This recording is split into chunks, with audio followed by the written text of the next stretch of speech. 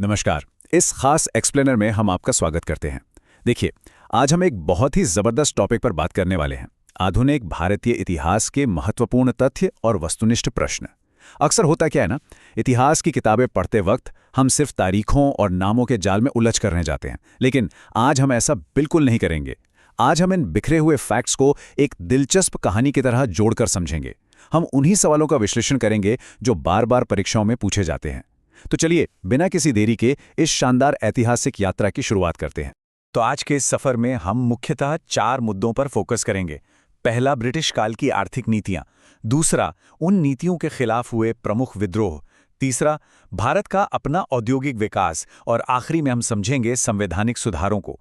ये सिर्फ 4 पॉइंट्स नहीं हैं, बल्कि इनके जरिए हमारे अतीत की एक बहुत ही गहरी कहानी खुलकर सामने आती है।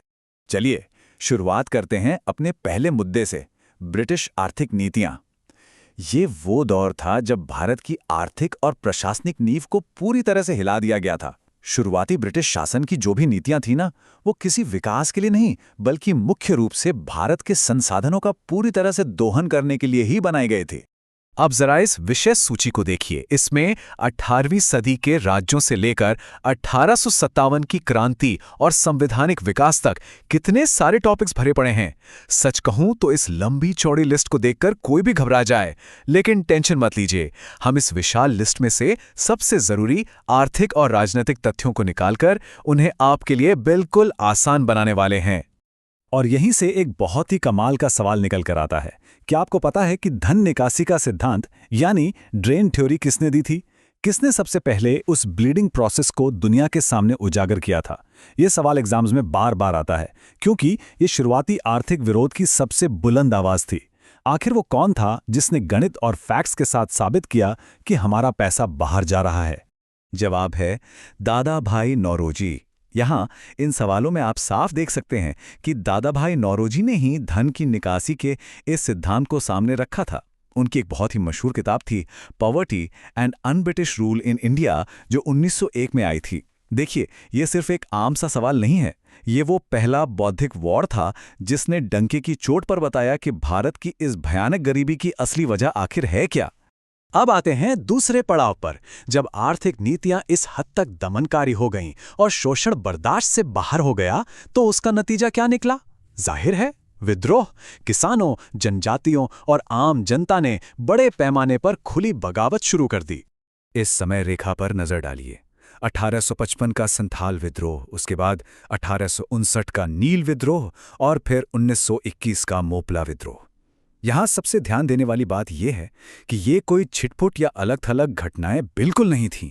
ये कई दशकों तक चलने वाली एक लगातार विरोध की लहर थी। अलग अलग समय, अलग अलग जगह, लेकिन निशाना एक ही था, वो शोषक व्यवस्था। इन विशिष्ट सवालों से सच्चाई और भी साफ हो जाती है। 1859 में किसानों का गुस्सा उन अत्याचारी बागान मालिकों पर कैसे फूटा था, ये नील विद्रोह से समझ आता है। वहीं 1921 में मालाबार तट पर हुआ मोपला विद्रोह भी जमींदारों और ब्रिटिश नीतियों के खिलाफ एक जोरदार आवाज थी। ये जो ऑब्जेक्टिव सवाल है ना, इन्हें सिर्फ रटने की जरूरत नहीं है। ये उस दौर के जमीनी दर्द और संघर्ष का जीता जागता सबूत है। लेकिन रुकिए, इन विद्रोहों के शोर शराबे के बीच एक और पैरेलल कहानी आकार ले रही थी, और वो था भारत का अपना औद्योगिक विकास और राष्ट्रीय चेतना का उदय। ये वो वक्त था जब अंग्रेजों की लाख रुकावटों के बावजूद भारत ने अपनी खुद की आर्थिक नींव रखनी शुरू कर दी थी। अब 1854 के इस साल को ही ले लीजिए। ये कोई आम नंबर नहीं है।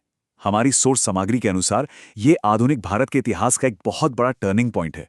यही वो साल था जब कावजी डावर ने बंबई में भारत की पहली सूती वस्त्र मिल लगाई थी। ये एक बहुत बड़ा शिफ्ट था।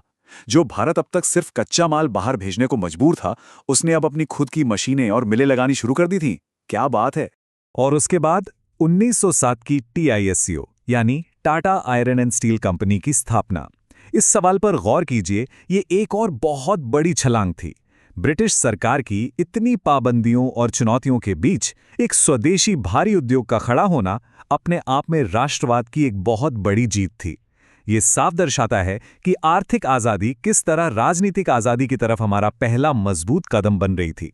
और इन सभी आंदोलनों और बढ़ती राष्ट्रीय चेतना का असर होना तो तय था। यहां से हम अपने चौथे और आखिरी विषय पर आते हैं, संवैधानिक सुधार।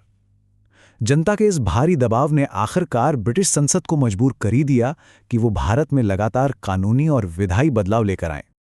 आइए इन दो बड़े कानूनों को देखते हैं, 1919 का भारत सरकार अधिनियम और 1935 का भारत सरकार अधिनियम। अक्सर लोग इन दोनों के बीच उलझ जाते हैं, है ना? देखिए, 1919 के एक्ट ने प्रांतों में द्वैध शासन यानी डायरकी शुरू की थी, जबकि 1935 का एक्ट सिस्टम में बहुत बड़े बदलाव लेकर आया। इन दोनों का अंतर समझना हमारे संवैधानिक इतिहास को क्रैक करने की सबसे बड़ी चाबी है। अब इस 74वें सवाल को ही देख लीजिए, ये सारा कंफ्यूजन पल भर में क्लियर कर देता है। इसमें 1935 के अधिनियम की सबसे बड़ी खासियत बताई गई है और वो है प्रांतों में द्वैध शासन की समाप्ति। मतलब जो सिस्टम 1919 में शुरू हुआ था, उसे 1935 के तहत राज्यों में पूरी तरह खत्म कर दिया गया और उन्हें ज्यादा आज़ादी दी गई। ये छोटी छोटी बातें ही आज के हमारे संविधान की बुनियाद हैं। तो फाइनली इस पूरी यात्रा के बाद हमारे आखिरी सवाल पर आते हैं। सोचने वाली बात है कि ये बिखरी हुई तारीखें, ये अधिनियम और नीतियां आखिर एक आधुनिक राष्ट्र की नींव कैसे बनाती हैं? जो सवाल हमें पहली नज़र में सिर्फ रटने वाले लगते हैं ना, चाहे वो 1854 की मिल हो, दादा भाई नौरोजी की किताब हो या 1935 का एक्ट हो, वो दरअसल उन अनगिनत संघर्षों और बलिदानों के निशान हैं जिन्होंने जुड़कर इस आधुनिक भारत को बनाया है। तो अगली बार जब कोई ऐतिहासिक तथ्य आपके सामने आए तो उसे सिर्फ याद ना करें, उसे इस बड़ी सी कहानी का एक हिस्सा समझें। हमारे इस एक्सप्लेनर के साथ जुड़ने के लिए आपका बहुत बहुत धन्यवाद। बस ऐसे ही नए तथ्यों को जोड़ते रहिए और सीखते रहिए।